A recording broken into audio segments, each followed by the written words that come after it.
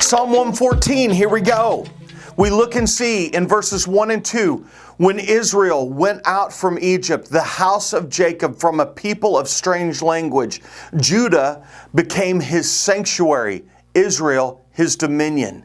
What is that saying? Rejoice in God's protection. Remember that He dwells with us. In fact, He says, I will never leave you or forsake you.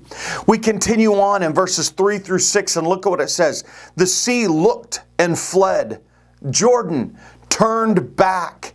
The mountains skipped like rams, the hills like lambs. What ails you, O sea, that you flee?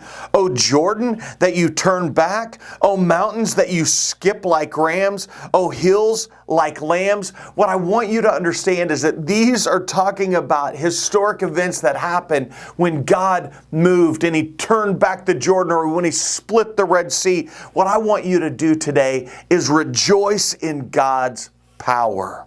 Finally, in verses 7 and 8, we see where it says, Tremble, O earth, at the presence of the Lord, at the presence of the God of Jacob, who turns the rock into a pool of water, the flint into a spring of water. Recognize here that God provides everything you need. What is my challenge to you? Rejoice in God's provision. So as you're looking at this day and as you're analyzing, how do I go about this day? How do I move forward? 1, rejoice in God's protection. 2, rejoice in God's power. 3, rejoice in God's provision. Go boldly and be a great representation of Him today.